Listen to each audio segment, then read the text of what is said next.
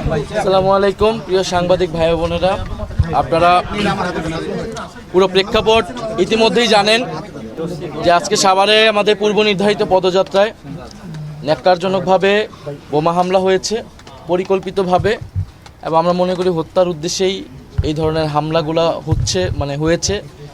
এবং আমরা থানায় এসেছি, থানার দায়িত্ব ছিল, এখানকার পুলিশ প্রশাসনের দায়িত্ব ছিল এইখানকার একটা রাজনৈতিক কর্মসূচিকে সম্পূর্ণভাবে নিরাপত্তা দেওয়া।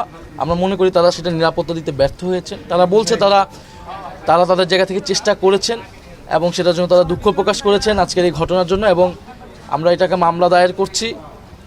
এবং তারা বলছেন, আমাদেরকে কথা দিয়েছেন যে দ্রুত সময়ের মধ্যে তারা যারা আসামি এটা গ্রেফতার করবেন এবং তদন্ত করে আমাদের ঘটনা উদ্ঘাটন করবেন। কিন্তু আমাদের কাছে যেটা স্পষ্ট, এটা শুধুমাত্র আইন শৃঙ্খলাজনিত বিষয় না, এটার পিছনে উদ্দেশ্য হলো রাজনৈতিক উদ্দেশ্যেই, রাজনৈতিক পরিকল্পনায় এই হামলা হয়েছে। আপনি দেখেন যে স্বরাষ্ট্রমন্ত্রী উনি বড় বড় কথা বলছেন, আওয়ামী লীগের দাফন হয়ে গেছে, এই হয়ে গেছে, সেই হয়ে গেছে, কিন্তু এই যে নিষিদ্ধ ঘোষিত ছাত্রলীগ, আওয়ামী লীগ তারা বিভিন্ন জায়গায় মিছিল করছে, সেটা তারা থামাতে পারছে না। তো এটা স্পষ্টভাবে একদিকে মুখে কথা বলা হচ্ছে বড় বড়, কিন্তু প্রশাসনিকভাবে তাদেরকে আশকারা দেওয়া হচ্ছে। সারা দেশের বিভিন্ন জায়গায় ফ্যাসিস্টদেরকে পুনর্বাসনের সাথে সরাসরি বিএনপি জড়িত। তারা বিভিন্ন জায়গায় 5ই আগস্টের পরে মামলা বাণিজ্য করেছে, মামলা দিয়েছে, সেই মামলার ভয় দেখিয়ে তাদেরকে এক ধরনের ব্ল্যাকমেইল করেছে, তাদের ভোট নিয়েছে, তাদের থেকে টাকা পয়সা নিয়েছে এবং তাদেরকে এখন সন্ত্রাসী কার্যক্রম করাচ্ছে। বলে এইখানকার যে স্থানীয় এমপি, আমরা মনে করি এটা তারও দায়, এবং তার এখানে সংশ্লিষ্টতা আছে কিনা এটাও খতিয়ে দেখতে হবে। এবং সেইটা আসলে এই সাভার মডেল পুলিশ থানা মডেল পুলিশ কতটুকু পারবে এটা আমরা নিশ্চিত নই। আমরা জনগণের কাছে এটা বলে গেলাম, আমরা আমাদের আনুষ্ঠানিক যে কার্যক্রম, আইনি কার্যক্রম আমরা সেটা এখানে করলাম, কিন্তু আমাদের রাজনৈতিক প্রতিরোধ এটার বিরুদ্ধে থাকবে। ফ্যাসিস্টদেরকে যারাই পুনর্বাসিত করবে, প্রশ্রয় দিবে, বা সন্ত্রাসীদের এই ধরনের বোমাবাজির রাজনীতি যারা বাংলাদেশে আবার নতুন করে শুরু করতে চায়, তাদের বিরুদ্ধে অবশ্যই জনগণ প্রতিরোধ করবে এবং এনসিপি সেটাকে সংগঠিত করবে। এই সাভারে আপনারা জানেন প্রচুর ছেলে মেয়ে আহত হয়েছিল জুলাই গণঅভ্যুত্থান। আজকে একজন শহীদের বাবা কিন্তু আহত হয়েছেন আমাদের এখানে কর্মসূচিতে এসে। ফলে এটা স্পষ্টই স্বরাষ্ট্রমন্ত্রী, প্রধানমন্ত্রী তাদের আইন শৃঙ্খলা নিরাপত্তাজনিত ব্যর্থতা, তারা আওয়ামী লীগের এই প্রশ্ন ডিল করতে পারে নাই, জনগণকে কোনো নিরাপত্তা দিতে পারে নাই, এবং যদি এই নিরাপত্তা দিতে না পারে তাহলে তাদের ক্ষমতায় বা গদিতে বসে থাকার অধিকারও তারা খুব শীঘ্রই হারাবে বলে আমরা মনে করি। বাংলা কিউআর যেখানে নগদ পেমেন্ট সেখানে, সারা দেশে 10 লাখেরও বেশি মার্চেন্টে নগদে পেমেন্ট করুন খুব সহজে।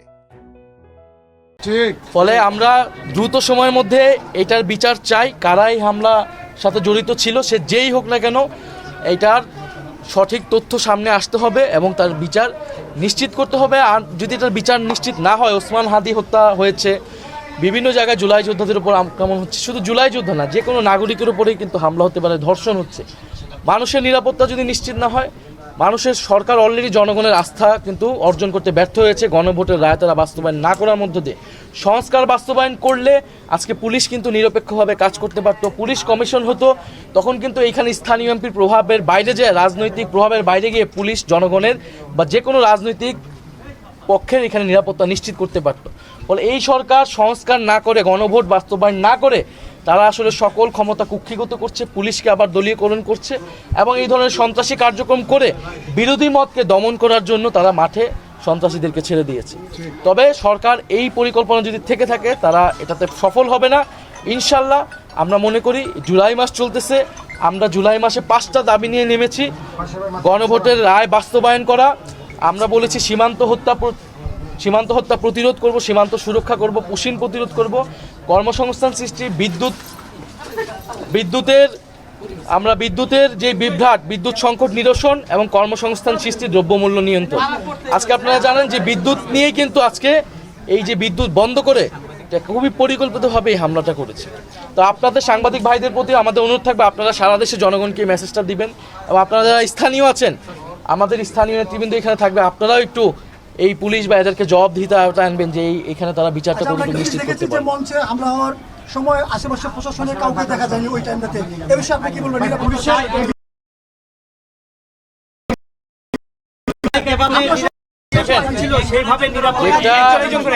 এইখানে 2জন এমপি এই প্রোগ্রামে উপস্থিত ছিল। সংসদের তৃতীয় বৃহত্তম দল এনসিপি এখানে একটা রাজনৈতিক কর্মসূচি করেছে, সেটা নিরাপত্তা দিতে পারেন। এই ধরনের ঘটনা ঘটা মানেই পুলিশের ব্যর্থতা, আইন শৃঙ্খলার ব্যর্থতা। এবং আমরা মনে করছি আইন শৃঙ্খলা জনিত থেকে এটার পিছনে রাজনৈতিক একটা উদ্দেশ্য আছে। পুলিশকে যদি দলীয়করণ করা হয়, পুলিশ এই ধরনের ঘটনায় আসলে আমাদেরকে প্রোটেক্ট করতে পারবে না, কারণ পুলিশ রাজনৈতিক নির্দেশেই তখন কাজটা করবে। এখন পুলিশ যদি গ্রেফতার করতে পারে তাহলে আমরা বুঝবো যে পুলিশ নিরপেক্ষভাবে কাজ।